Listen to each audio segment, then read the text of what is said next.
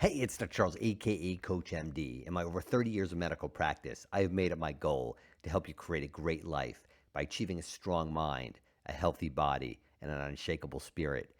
Well, we talk about mind, body, spirit, but a lot of times the body part goes out the wayside, right? Mind and spirit, we're okay over there. We're being mindful, being spiritual, but our body is a wreck. Well, I started seeing changes in my body a few years ago, and I'm over 60 now, right? And the changes I saw were that when I got from going to a standing position or bending over and standing up, my back would be kind of hinged over and kind of slowly straightening up, right?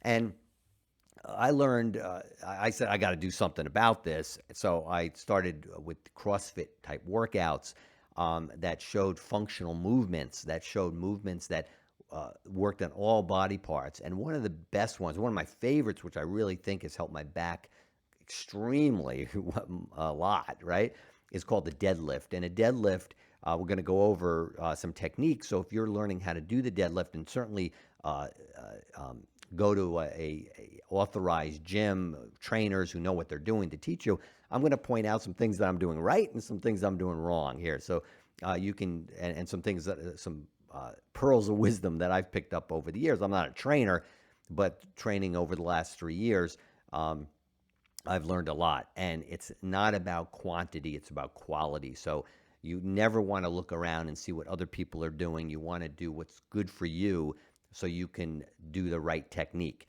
And so the deadlift is lifting a weight, a dead weight from the floor, and it doesn't put any strain on the back when you're doing it correctly.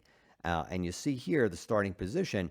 Right away, I could see that my feet are too close together. So it's important in the setup that your feet should be about shoulders width or a little bit less than shoulders width apart, and mine are about hips width apart. So that's a little bit narrow, right? And I'm wearing shin guards.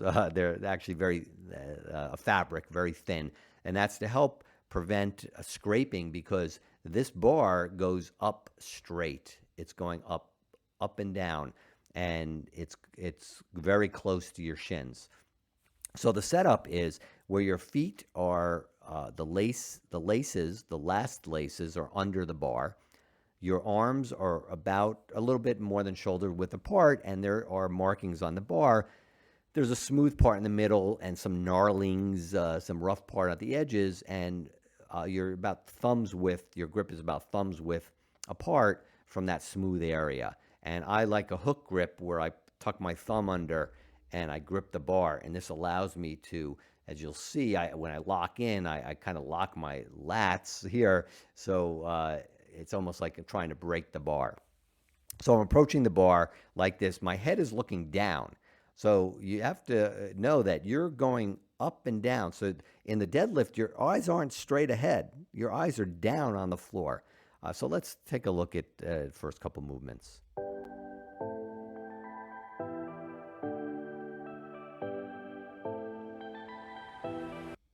Okay, so now I'm approaching the bar. Approaching the bar the same way, feet still a little bit narrow, lining up my hands. Now, you know my knees are bent. Now, one of the pearls that I've learned that was really good for helping me do the deadlift is doing what's called a good morning. And a good morning is when you're standing up straight, you bend your knees a little bit, and all you do is hinge at the waist. You just bend. So this is the lower part of your body, and you're just hinging at the waist, just hinging, okay? Hinging at the waist. So in the deadlift, what you do, basically, your knees are a little bit soft, meaning a little bit relaxed, not bent, and you're bending at the waist. You keep bending at the waist, and when you can't bend anymore, then you bend your knees to let the bar down. It puts you in the perfect position. So you do a good morning, which is bending at the waist, like you're bowing to someone, good morning. And then when you can't go any further, you bend your knees to let the bar hit the ground, and it puts you in the perfect position. So now what I've done is I've done a good morning, and I'm bending my knees, but you see my back is pretty rounded, which if I were to lift this weight like that, I'd really injure myself. But I'm lining up, Okay, and now I'm making sure my hands are set.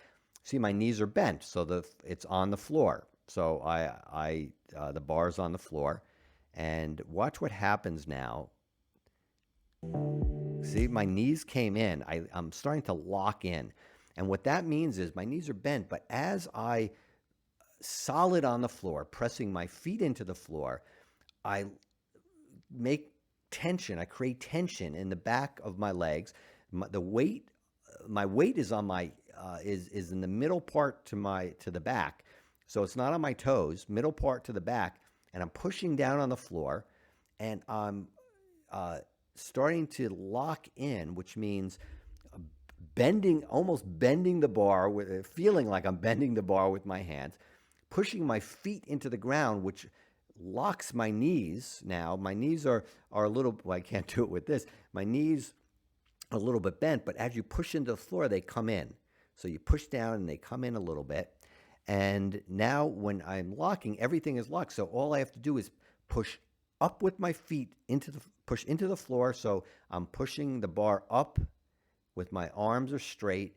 And as I get to my knee or the top of my knee, that's when I hinge up like that good morning. I do a reverse good morning. So let's look. Locking in right there, locked in. So I'm bending the bar, my knees come in, I'm pressing with my feet. The bar is close to my shins, which means the top laces, and I'm going to push, locked in, push, and then hinge up. Down, push, and hinge up. You also notice that, let's go back a little bit. You notice that I'm looking down, right? Looking down all the time. Approaching the bar, looking down. Okay, my eyes are down. Feet are too close together. And I'm looking down. Locking in, pushing away with my feet, and up, hinging up. And I'm exhaling at the top. It looks like I'm holding my breath, but I'm actually exhaling at the top. Approach, lock in, looking down, lock in, push with the feet and hinge up. And when you hinge up, when you contract your butt muscles, the gluteus muscles, that helps you hinge up. And that's what really helps your low back. And I'm not bending my back and my arms are straight. I'm just lifting with my legs to my knees. And then when I get to that area, hinging up, pushing up with my glutes. Until you get to your knees, you're pushing with with your feet into the floor, really driving them into the floor. When you get to your knees, you hinge up. Let's watch the rest. Okay. So I'd like you to let me know what you think. People who are learning the deadlift, let me know if some of these hints are helpful to you, because I've learned some over the last 3 years or so, and I really enjoyed it. It's helped me physically as an elderly senior citizen, right? They try to tell me that, right? But it's really helped me, and I hope it helps you. So let me know what you think. And until next time, I'm Dr. Charles, a.k.a. CoachMD, urging you to stay strong in mind, but don't forget about the body. And of course, right here in soul, your character, your integrity, your connection with your divine